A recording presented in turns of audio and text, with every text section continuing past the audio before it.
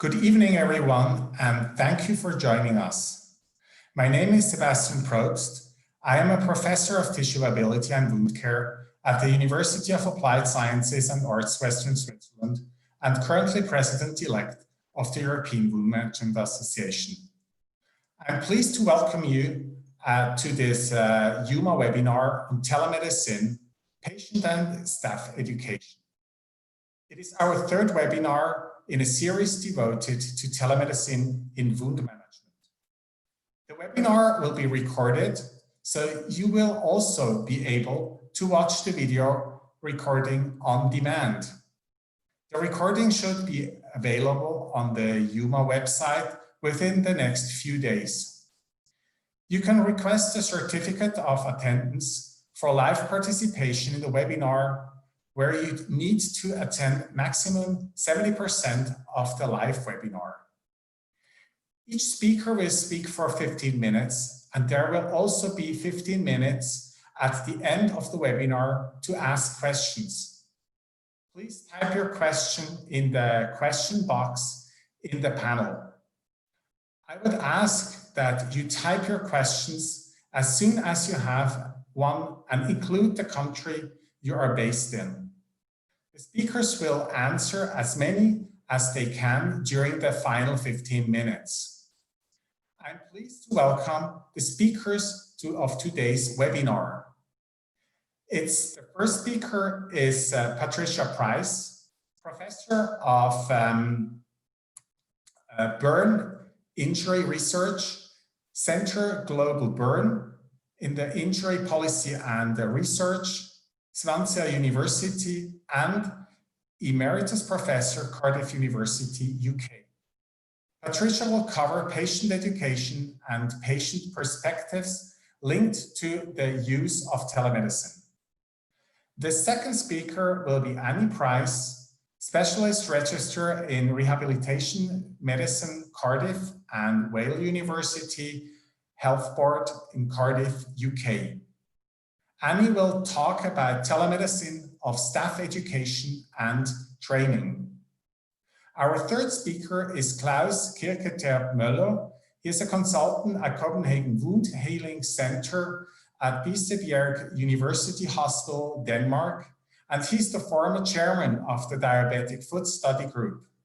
Klaus will present the Danish telemedicine model, staff and patient education. And now I would like to hand over to the first speaker, Patricia Price. Please, Patricia.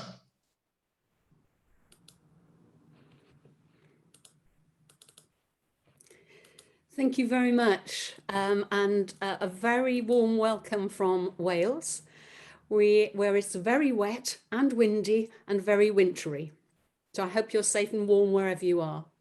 We're going to start the session now with a short poll.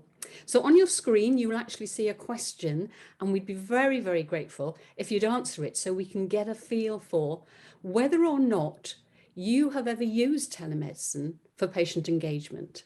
Because it's quite interesting to have a little look to see what's going on out there. So I'm going to give you a couple of seconds. Please answer yes and no.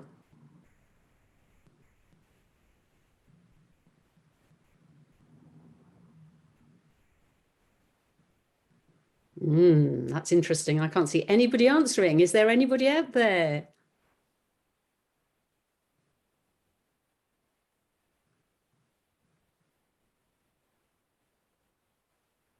Oh, yes, we have got some responses. Isn't that great? Oh, interesting. 58% of people have said they've had some experience. So that'll be quite interesting to see what questions you come up with as we go through. So 58% say yes, they have. 42% no, they haven't. So quite a mixed bag. And if you're anything like me, you're probably quite new to this topic. So over the next 15 minutes, I'm going to try and do a bit of a whiz through to actually cover a number of issues. Just wait for that to disappear. What I'm going to try and cover is a little bit of context around how we've been changing how we deliver healthcare anyway, a little bit of focus on what patients make of that experience, and then focused a bit on whether or not this is a good tool for patient education. Hopefully, we'll finish on a positive note about how we can all work together. Now, I'm sure if you look at these photographs, you'll actually see something you're quite familiar with, which is over the last 150 years or so, things in medicine and healthcare have changed an awful lot. But we've always been interested in technology. So even 150 years ago, our Victorian ancestors were trying to find new ways to deliver care. I'm sure he or she would have had a big shock going into a modern theatre and seeing the extent to which we now use technology in our everyday practice. And in many ways, telemedicine is another step on that journey, an ever-evolving way of presenting healthcare. What we've also got, though, is a change over that time period from dealing with acute care to much more chronic care. And those of us working in the wound management field are very aware that many of our patients are living with chronic conditions and living with a chronic wound. And a lot of how we deliver care is to try and encourage people to remain independent in their own homes and adapt how we deliver care to make that happen. We've also got quite used to delivering healthcare in quite remote environments. So the red helicopter there is actually the Wales Ambulance Service. And although we're quite a small country, some of the parts are quite remote and therefore access to a hospital can actually take some time. The other photograph is part of an international study that we're actually doing at the Global Burn Policy and Research Centre, where we're looking at whether telemedicine can help some of our patients in Kathmandu. Now, Nepal is a very, very diverse country and a lot of it is very remote. So clinicians there have had to be very innovative in terms of how they can deliver care. What's also happened this year, and I'm sure everybody who's listening in will be very aware, that we're all living through the COVID-19 pandemic. And this in many ways has forced us, if we've been reticent before, to think a little bit more about how we can use telemedicine to provide ongoing care in such a changed environment.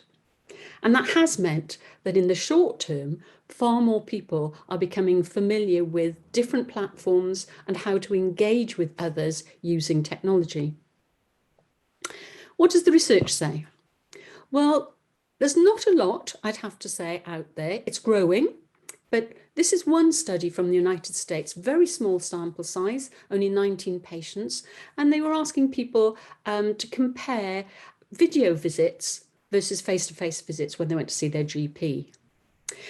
Now, the bubbles covered in green here are the positive things that the patients had to say. They felt it was very efficient, very comfortable things to do, didn't have to get stuck in traffic, quite convenient. But they did have a couple of concerns. They were a bit worried that maybe the GPs were actually engaging with them in an open plan office, and maybe what was being said and heard wasn't as private as they would like. And that was a real concern. They were also worried, of course, whether or not the lack of a physical examination was going to give perhaps a problem with the treatment that they'd received. A slightly unexpected finding, though, was that many of the patients, 18 in fact of the 19, expressed a preference for having serious news, which is what they called, perhaps what we call bad news, for having that information over a video call. They felt they might cope better with it if they were in their own home, surrounded perhaps by more loved ones and in a familiar environment. So that's something to think about as we move forward. The health journalistic literature really sums up the sort of positive things that patients said about this. It sounds very appealing, you don't get stuck in traffic, you don't have to wait for ages, and maybe you can get actually the information in a relatively short amount of time. What about some bigger studies? This one's from the Massachusetts General Hospital and covers a range of departments. The hospital had 426 established patients. And I think the word established is quite important here because these are patients who had already met their healthcare provider. And of those, 254 actually answered a survey, again, trying to compare video with face-to-face visits. This is a summary of the information they come up with. Nearly 80% said it was actually easier in terms of convenience. They liked that. 62% said the quality of care was just the same, but an additional 21% actually thought it was better. So that's quite high figures. They're giving a very positive feedback around the experiences that they had. When they were asked to rate their satisfaction, it was 68% said 9 or 10 out of 10, which is really quite high. And 66 said they actually felt they still managed to maintain that strong connection with the healthcare provider, despite only seeing them over telemedicine link. Well, what about chronic wounds? Not a huge number of studies, but they're starting to appear. This one, it goes back to 2015, 90 patients, so a reasonable size. This was, though, about whether or not the home care nurses could interact well with wound experts and whether or not that helped improve their management, which they said it did. But there's nothing specific on patient views in that. So we know that the home care nurses and the experts worked well together. Systematic review from earlier in this year, again, talked more about the efficacy of the system. Was it safe? They certainly called for more large-scale, well-controlled, well-designed studies. But there's not a lot on patient views. Another very recent one looked at quality of that offering. Is it cost-effective? Again, said it was, viable option, but didn't focus on the patient views. What about patient education? Well, again, there has been a systematic review that pulled together 16 studies, but this is not only chronic wounds, this is more patient education and chronic conditions, but many of these do have chronic wounds.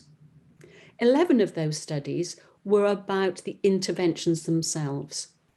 Actually, 11 seem to say they significantly improved outcomes, which is quite a surprising finding, but very reassuring. The 5 studies that really talked about virtual education said it was certainly comparable. There's no evidence to show it was better, but certainly it seemed to be just as good as the control group. But they didn't focus on patient views. Now, without blowing the trumpet too much for humour document on e-health actually is one of the few that has got quite a lot on this section. But even this document back in 2015 did talk about the attitudes of patients as being a possible barrier to using telemedicine, particularly given our patient groups tend to be the elderly. And therefore they haven't grown up with a lot of technology. They're less experienced earlier in their lifetimes in terms of using this approach. And therefore there's a worry that they will be reticent to use new technological advances. However, that finding was challenged in 2013 as there was a systematic review on empowerment in patients. And there's a number of studies included there that really challenged the insertion that if your client, as they were called in this review, was over 60, they may not adapt to e-health. Now, as somebody who's well over 60 herself, I think I'm with them on that one. What we've now got is the Zoom generation.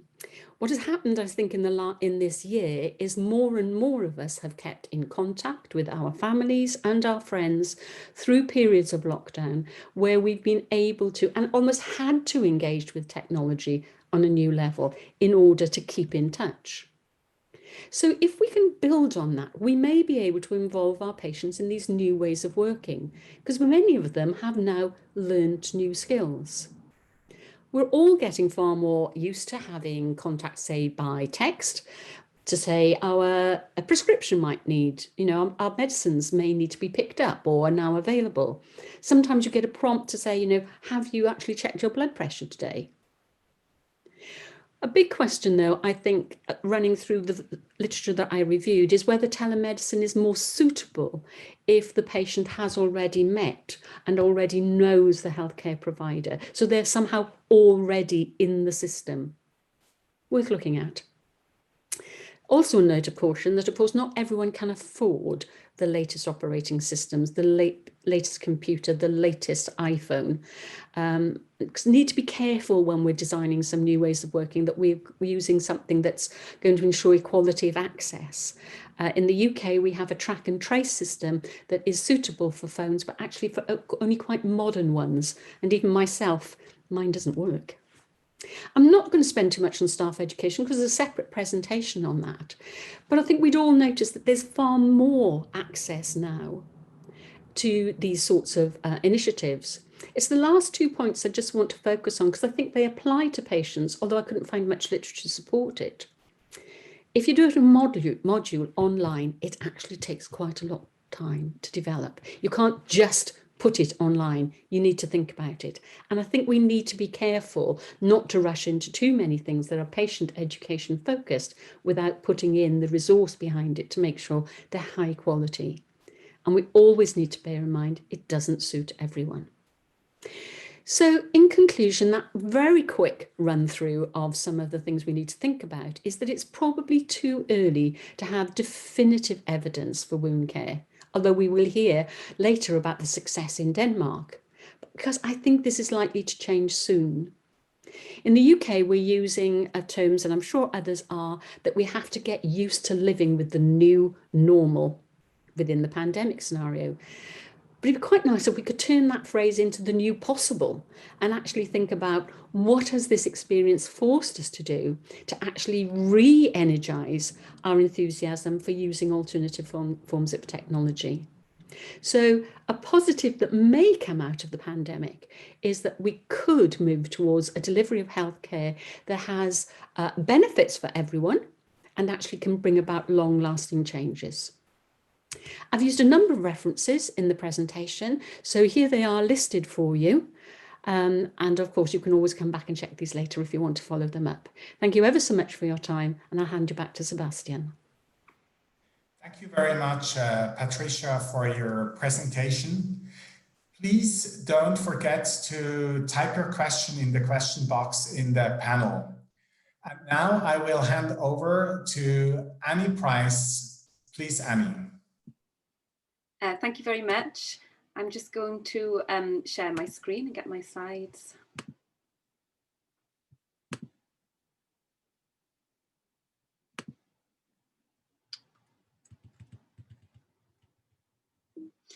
So thank you to Yuma for inviting me to speak, and thank you to everyone who's joining here. I'm going to talk a little bit about staff education and training for telemedicine, but I'd like to start, as Patricia did, with a poll. So I'm going to ask who has received any formal training in telemedicine or remote consulting. I'm going to give you a little time to answer that.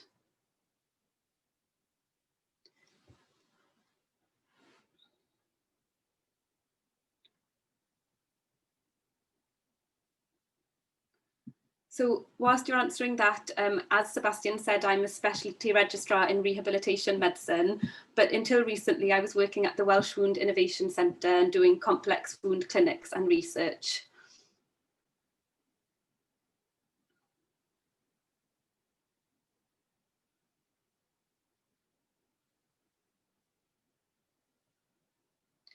So I can see from the poll result that most people haven't received formal training in telemedicine or remote consulting. So I'm going to talk a little bit today about whether there's any training available for using telemedicine, whether telemedicine training should be implemented in existing curricula, and how telemedicine training can help wound care professionals. So I'm glad most of you haven't had any formal training in telemedicine, because that's the same as me. And I hadn't had much experience of remote consulting until the COVID-19 pandemic. I'm aware that in the UK, we might be behind some of other countries where they have more established telemedicine systems and setups. But I think that in most places, access to telemedicine, and especially training for telemedicine, might be a bit patchy. So whilst I didn't have any formal training for remote consulting, If we think about the most broad definition of telemedicine, it's actually exchange of information using information and communication technologies for the diagnosis, treatment and prevention of disease or injury. So I'm sure technically we all have some experience in telemedicine where we've been exchanging information with patients over the telephone or via email, or with colleagues over email or telephone. But even for this, I can't recall having any formal training of how to do that, just picking up do's and don'ts from colleagues really. And remote consulting is a different skill altogether. So as I mentioned, until recently, I was working for the Welsh Wound Innovation Centre, and as part of our service, we had to set up some virtual clinics. So during the COVID-19 pandemic, all of our clinics were cancelled for 3 months, and we just provided some emergency telephone advice to patients. And then we started having the ability to set up virtual clinics. And we had some concerns as a team about doing this. Probably one of the main concerns was not being able to perform that face-to-face examination. So not being able to see the patient when they walk in the room, make a judgment on whether they look unwell or well, and being able to feel the temperature of their skin and feel the texture of their skin. And also then, if we did think they were unwell, what would we do? Because we weren't in the room with them, we weren't able to send them to the medical assessment unit downstairs from our clinic. And we were concerned about missing something or making the wrong diagnosis. We used to run a very multidisciplinary service, so all of our consultations would be joint consultations between doctors and nurses, and sometimes other healthcare professionals, such as podiatrists or lymphedema specialists, for example. And we were worried that if we were having more consultations that would be virtual over the phone or video, that we would lose some of that multidisciplinary interaction. And we were concerned as well about equipment and technical issues. It took us some time to have access to video consulting, and we were worried whether patients would be able to communicate as well with us over the phone, you know, if they had hearing problems and things like that. So we mainly did telephone consultations, and it was partly because of difficulty accessing technology, but it was also partly patient preference. So a lot of people we spoke to didn't feel that comfortable with a video consultation. Some younger patients had access to the technology, but they weren't that bothered. You know, they were worried it wouldn't work on the day and it would cause them more inconvenience and would rather have a phone call. And that would be supplemented then with photographs from them, and they felt that was adequate rather than having a video. In some cases, we discussed patients with their nurses or their GPs, especially if they were elderly, perhaps less informed of what's going on, or having nurses change their dressings, they were sometimes not as aware of the progress of the wound. We developed a pro forma to help us standardise the consultation and the documentation of that consultation.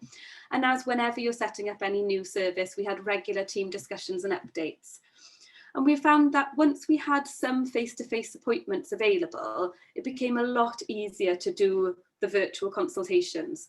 It was very difficult when we didn't have face-to-face clinic as an option to talk to patients and for them to say, actually, I'm very worried, I don't feel much progress is being made, I think I need to be seen, and then not be able to offer them that face-to-face appointment. So I think having a mixture of the two makes the service a lot easier.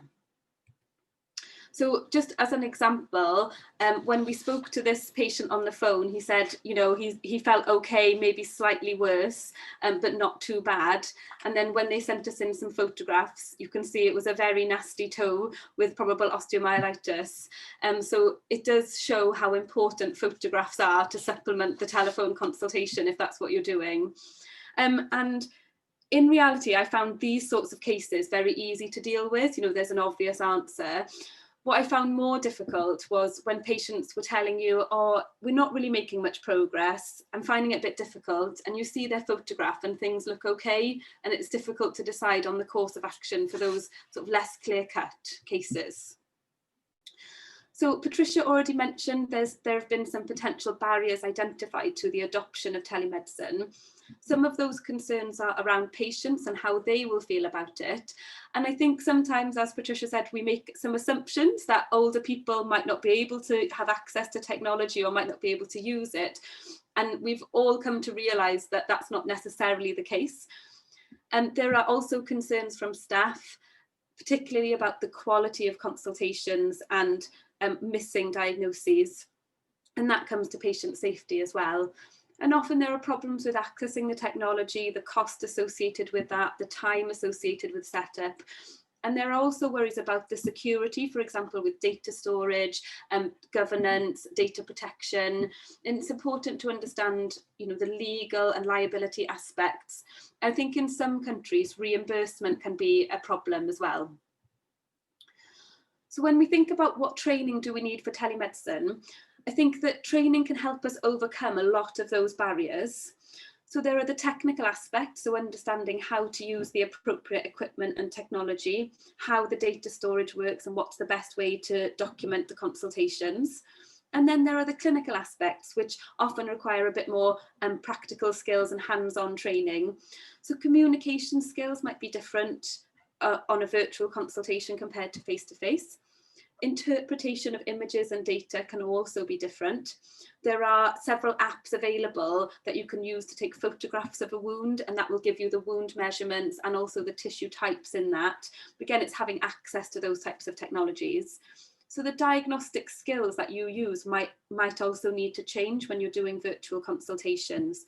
And then there's the more theoretical side, the ethical and legal implications and data protection. And I think a really important point is trying to understand which patients are appropriate for telemedicine and which patients require a face-to-face consultation. And sometimes you need that virtual triage system to then be able to select who needs to come in for a review. And I think part of that is a necessity really at the moment because of the pandemic. We have limited access to face-to-face appointments.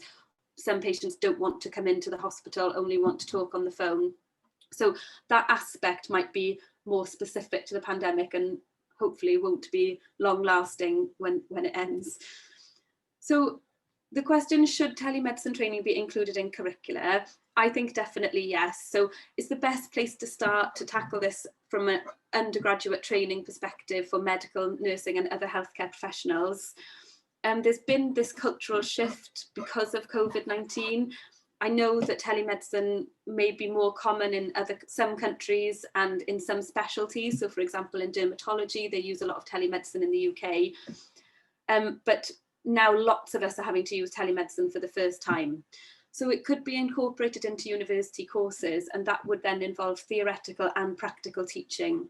CPD courses for us that are postgraduates and training or finished training tend to cover the more specific practical aspects. So types of training, it could be didactic teaching in lectures and tutorials. Clinical observation is really useful. So I've just started my training post, and sitting in with my consultants doing video consultations and telephone consultations is as useful as sitting in face-to-face. It's learning those different sets of skills. You can also do simulated telephone consultations. And when you do training online, it increases your familiarity with the technology and how remote interactions work, the good and the bad aspects of it. So the availability of training depends a bit on your specialty and your location. I think lots of countries, other countries are more advanced with this than we are in Wales. A 2017 survey on telemedicine education training in France showed that most staff in medical schools felt that there was a need to increase telemedicine education and training. So what could be the benefits of telemedicine training? Well, there are the technical aspects, so understanding the use of the technology. And there was a study published back in 2003, which shows, how long telemedicine has been around, really. And they looked at training for A&E video consultations, so emergency department video consultations, and found that providing a training programme as well as written material increased people's competence, but the key was having regular practice, so at least weekly practice, and that improved and retained competence and confidence, and that's likely to improve the uptake of telemedicine. So how can we ensure appropriate training? Well, probably the first step is to include it in undergraduate curricula. In Cardiff University, where I am, they've just introduced it into the undergraduate medicine curriculum, and that's on remote consulting. And again, that's been due to the COVID-19 pandemic. In dermatology, I'm told by my colleagues, that even though they use telemedicine very regularly, it's only just been added to their training curriculum, and the training available depends a little bit on the unit that you're in and how much your consultants use telemedicine. Once you have the training, it's important that you implement these competencies in your practice and use them regularly. And probably there should be some assessment of these competencies and ensuring that we're keeping up to date. And that may require oversight by a regulatory body to ensure that those processes happen. And how can telemedicine help us? Well, I think, first of all, overcoming some of those barriers, our worries, our concerns about patient safety, risk, assessing patients virtually. If we had appropriate training, it would help us to know, this is the best way to do it. It would standardize the care. It could also help guide technology development. So at the moment, there are some apps available, but if we as clinicians have an improved understanding of remote consulting, we can help drive that forward by saying, this is what we need, this would help improve our practice. And ultimately, it could improve equitable access to wound care, especially when services are becoming more centralised. There are some remote locations, so helping people have access to experts and to specialists, and overall improving patient care. Here are some of my key references. Thank you very much. Thank you very much, Annie, for your presentation. Please don't forget to type your questions in the question box in the panel. I now hand over to the last speaker, to Klaus Kirketer-Möller. Please, Klaus. Thank you very much for inviting me to this seminar. I am having the talk on behalf of my colleagues that could not participate today, but they are really the one that is running the telemedicine system in our clinic. So just have to see how this works. Sorry. Okay, so just a few words about the Copenhagen Wound Healing Center, which is a dedicated wound healing center, one of the first in the world to be established as a multidisciplinary, interdisciplinary clinic. And it's we have 15 dedicated beds with more than 700 admissions per year, and we have more than 8,000 outpatient visits every year. We have one local operations theater quite close to our department, where we use local anesthetics in order to do wound care and up to foot amputations. And we're one shared operating theater that we have every week. And to complete the picture, we also have a telemedicine service. It was established in 2011, and the end users, unlike the previous presentations, is municipality wound nurses and patients. So we only give care by proxy with the municipality wound nurses. And the challenges for us is that we are in the capital region with 29 municipalities and 1.8 million inhabitants that we have the potential of taking care of. So we are communicating with a lot of different nurses in the municipalities, and that can sometimes be a challenge. It was established in 2011, but already in 2012, we decided that we needed to have a common ground with the nurses in the municipalities. So we implemented a education, a 5-day course on wound pathology and wound treatment, and in order to optimize photos, because it was mentioned before that photos are really important, but to take the right photo in the right angle and is very necessary. So instead of having a picture like this of a wound under the foot, it could be a photo like this, which is much more informative for our evaluation. And in the 5-day course, they also get an in-depth platform training, because it's a different platform that we can communicate with than the hospital files. And this is mandatory in order to actually be a telemedicine nurse in a municipality for us in Denmark. So our activity in the telemedicine service is we have active in our region 671 municipality nurses that actually have taken the courses and is active. We have still 429 nurses on the platform on regular basis. And since 2011, we have 3,510 patients with 6,500 wounds. Our team is not all those you see on the picture, but we have one specialized nurse for the telemedicine. We have one doctor which is dedicated for the telemedicine, also doing other things, but he is the one in charge. And we have 2 alternating nurses that are rotating from a team of 4. In case you noticed the panda bears on the heads of in the picture, it's not because we are hiring bears, but because they didn't give consent to be on the picture. So our cohort is 40% with leg ulcers, venous and mixed ulcers, and 22% with diabetic foot ulcers, and 16% with pressure ulcers, and 22% of other ulcers. So it's quite a mixed wound population. We have a rule with the diabetic foot ulcers that they need to be very soon after the municipality nurse have met them, have to be in our clinic once in order to be, so we can be reassured that it is okay that they are out there in the municipality and be treated by the municipality nurses. After the first visit, they can go out there, or we can say, oh no, we need to have these patients in-house for treatment.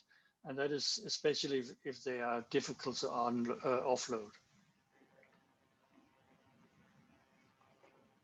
This is just our clinic. The activity in our area is that we have, you can see the increase since 2011, and then there was a peak new tele patient per year. And we have discussed whether this is actually because people are not using it, but I think one of the explanations is that the general level of education for the wound nurses have increased due to the 5-day course and the supervision of the municipality nurses. And now they are not taking the patient in the telemedicine care, but keep them outside the telemedicine care, but still in the municipality. So I think this program has actually increased the knowledge of wound care in the municipalities.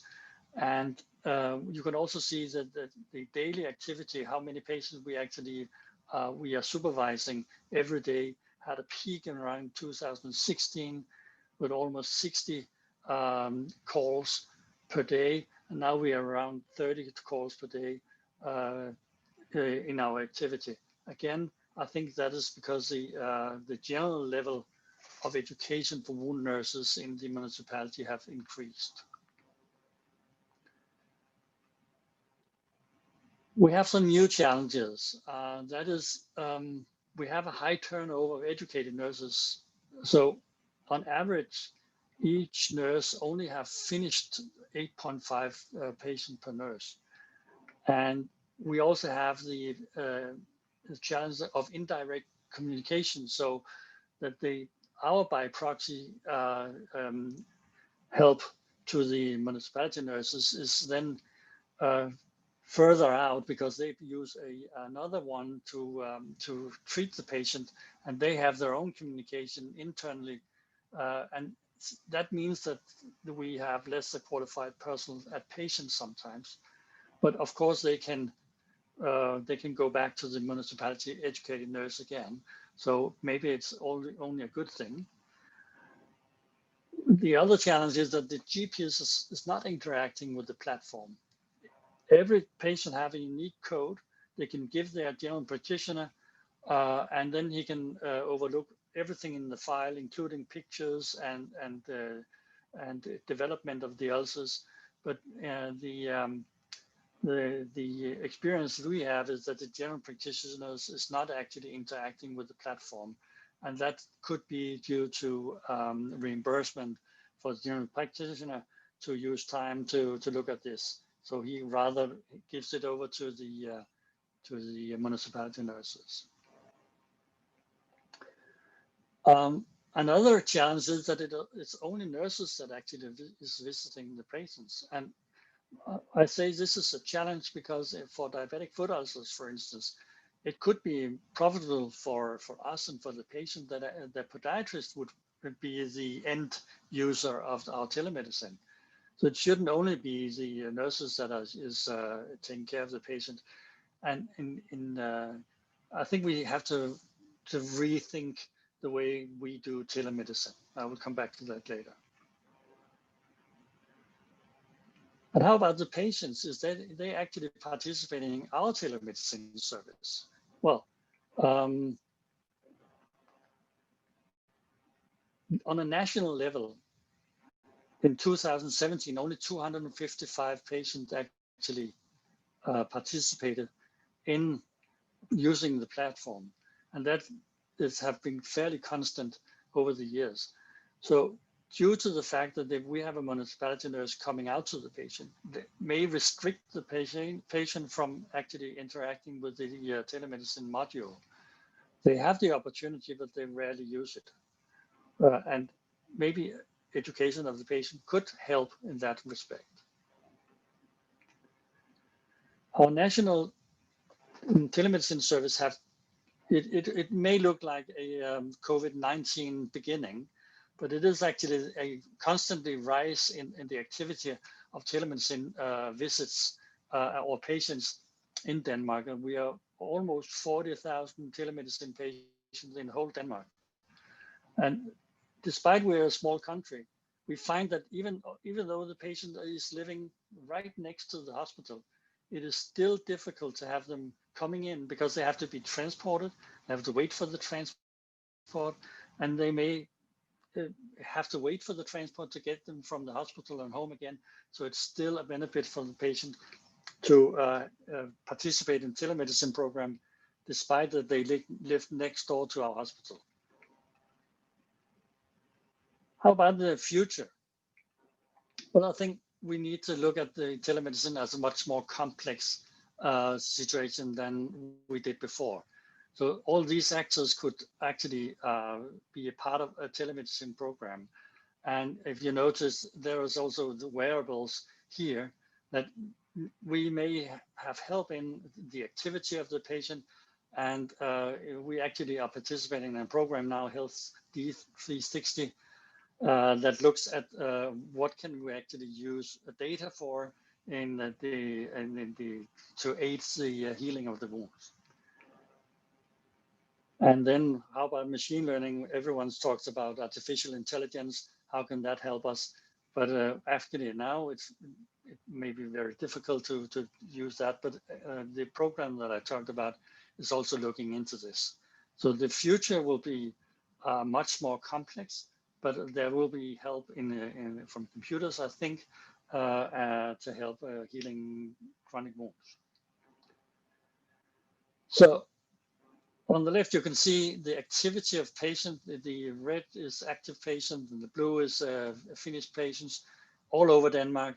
As you can see, it's actually located in the great areas of the cities, but it's used all over Denmark, and it has been since 2011. On the right side, you will see you have an access to look at the some part of the future with telehealth, and you can go to our webpage by looking at the QR bar also later when you see this on video. So thank you for your attention and for listening. Thank you very much, Klaus, for your comprehensive presentation of the Danish model. We are now moving to the question and answer part of the webinar. Please type your question if you have not done it yet. We have some questions that came in, and I want to ask the panel, do you have any feedback from patients using telemedicine?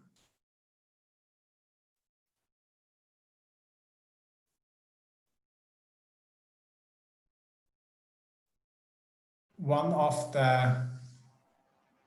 I could answer yeah, please. as the first one. This Health 360 Degrees project actually looked into the thing with the how many people actually had a phone, and which of our patients was willing to take photos of their feet or their ulcer by themselves. And we were quite surprised that many of these people actually were interested in participating in such a program where they would be their own photographer and also would like to enter data in a very simple platform. Okay, very interesting. Do you have from Wales some experiences, some feedback of the patients? So I hadn't collected formal feedback, but as part of my appraisal, I collected feedback from patients on my consultation style, which were mostly telephone consultations.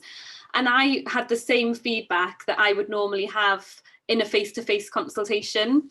So it's things like, you know, did you feel comfortable with the clinician that you spoke to today? Did the clinician ask you relevant questions? Did the clinician explain your treatment plan? And yeah, I didn't think there was a difference in the feedback I had when the consultations were virtual compared to face-to-face. Thank you. Then I will go to the next question. Do you think that telemedicine will give doctors around the world the possibility to examine patients in other countries, respectively extend the possibility of actually working for worldwide hospitals? It's a very interesting question.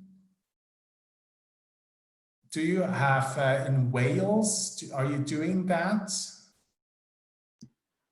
So sometimes when we don't have services accessible in Wales, we do consult with colleagues in England, for example. It's not very common. And even though we're all part of the UK, there are specific funding requests that you have to do that. So I think it's maybe a little bit more complicated because of issues around funding, reimbursement, that sort of thing, to do consultations on patients that aren't within your health service. But obviously it would be fantastic if you could get real expert or real specialist advice from around the world regarding particularly complex cases. I can also give a slightly different example. One of the projects that we're involved with the burn research, so it's a very particular type of work, is we're working with Ethiopia, Nepal, Mongolia and the occupied Palestine territories at the moment around prevention work. So it's not actually treatment, but it's prevention. And we've certainly been able in that arrangement to get use the Zoom or FaceTime or WhatsApp in order to look at supporting staff to take quality improvement programs, for example, by teaching them the skills and supervising and monitoring how they can improve services, but also allowed healthcare professionals to exchange ideas around prevention programs, things that have worked in another low-income country and what they might think about. So although it's not about direct patient care, it's certainly about improving the outcomes for end users, which are patients. And that has been a fantastic way of actually building a network or almost a community of practice that's international and really willing to share ideas using a telemedicine type of approach. Sometimes they use case studies on individual patients if they'll give permission, but it's more of a training rather than actually delivering care. Thank you, Patricia. Klaus, do you want to add something? Well, yes. One of the worst predictions in the world was the CEO of IBM, who said that the global number of computers were needed in the future would be like 3 to 4. And I would hate being the one who topped that by saying no, telemedicine cannot be used as a worldwide tool to improve healthcare. But I think we need to know, acknowledge that the treatment of a diabetic foot ulcer is not about looking at the ulcer and say, oh, you can use another dressing, then everything will be fine. It's about offloading. It's about manufacturing a shoe that will actually offload the correct area of the foot. And for venous leg ulcers, it's how you apply your compression bandage. And that is things that you cannot just say to a patient, you have to do that. So I think Patricia is right. It's about education of the staff. It's about raising awareness of the things that you need to do in certain situations. I think that it could be used for that. Otherwise, it could also be misused for doctors shopping. If you have 3 million doctors to shop among, you are much likely to find someone who would actually do what you want. So there's also a danger in this, just to be the devil's advocate. Thank you, Klaus, for your perspective. I will go over to the next question. And the next question is, what are the biggest challenges regarding pediatric patients? This is a very, very interesting question. Do you want to respond that? One of the experts.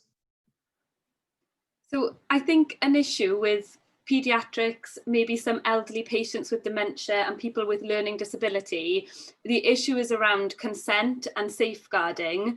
And it can be difficult to establish those parameters and establish, any vulnerabilities when you're doing virtual consultations, particularly when you haven't met that person before. So I think it's much easier if you have an established relationship that you then follow up with telemedicine or follow up with virtual consultations. Depending on how young the children are, obviously a lot of the time you're relying on parental information and parental input. And I think a lot of doctors, particularly if you're not experienced in telemedicine, would feel concerned about not having that ability to see the child face to face, to assess them, to see the interaction between parent and child and things like that. But I know that especially when children are in another hospital and need an assessment, for example, from psychiatry, from child psychiatry, they might be in a different hospital. It works quite well. Teenagers most of them have smartphones, iPads, things like that. So for some specialties, it can be straightforward and simpler to do that kind of assessment virtually, particularly when they're in another hospital setting, they're safe there. So there are definitely other aspects to consider when thinking about vulnerable groups when you're doing virtual consulting. Thank you, Annie. Does anybody of the other speakers want to say something to this point? Okay, then I would like to go over to the next. This is thank you very much for your answers. Then there is somebody else asking for e-copy of the presentations of the 3 speakers, but you will have the possibility to download this presentation of today from the webinar on our website, www.yuma.org. And so you can review the entire webinar again. I would like to thank the participants to participate at the webinar for your questions. As I said, you can find everything on our webpage, www.yuma.org. And please follow the link from What We Do webinars. If you want to learn more about all the UMA activities, please visit our website and follow us on social media at UMA Wound. We also hope to see you at the virtual UMA conference on the 18th and 19th of November 2020. We will have a very exciting program of activities. I thank again for the speakers. The presentations were very interesting. Thank you for joining us. Thank you again. Stay safe and good night.